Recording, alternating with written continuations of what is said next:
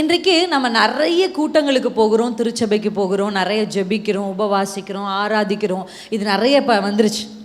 அதை நம்ம தொடர்ச்சியாக செய்து கொண்டே இருக்கிறோம்.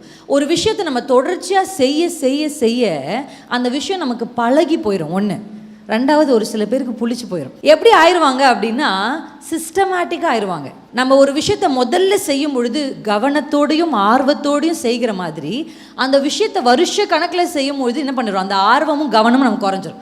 மெக்கானிக்கலாக நீங்கள் செய்வீங்க. சில அம்மாமாரங்கிட்ட கேட்டால் முதல்ல நீங்கள் ஒரு பிரியாணி செய்யும் பொழுதோ ஒரு கறி குழம்பு செய்யும் பொழுதோ உங்களுக்கு இருந்த அந்த ஆர்வமும் அலர்ட்டும் இப்போ அப்படி கிடையாது. இப்போ என்ன பண்ணுவீங்க, டக்கு டக்கு டக்கு டக்குன்னு போட்டு 5 நிமிஷத்தில் செஞ்சு வச்சுருவீங்க.